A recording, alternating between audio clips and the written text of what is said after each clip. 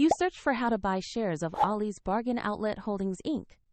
Ollie's is a U.S. discount retail chain listed on NASDAQ under the ticker OLLI, and this short clip explains the buying steps for educational purposes, not as financial advice.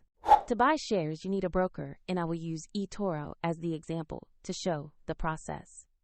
After registering, you will need to verify your account, usually with an identity document, and add funds to place a trade.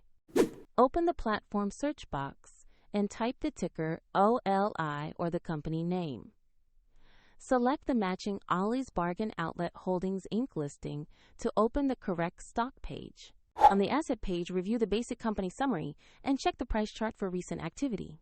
Make sure the listing shows Ollie's Bargain Outlet Holdings, Inc. on NASDAQ with ticker OLLI before proceeding.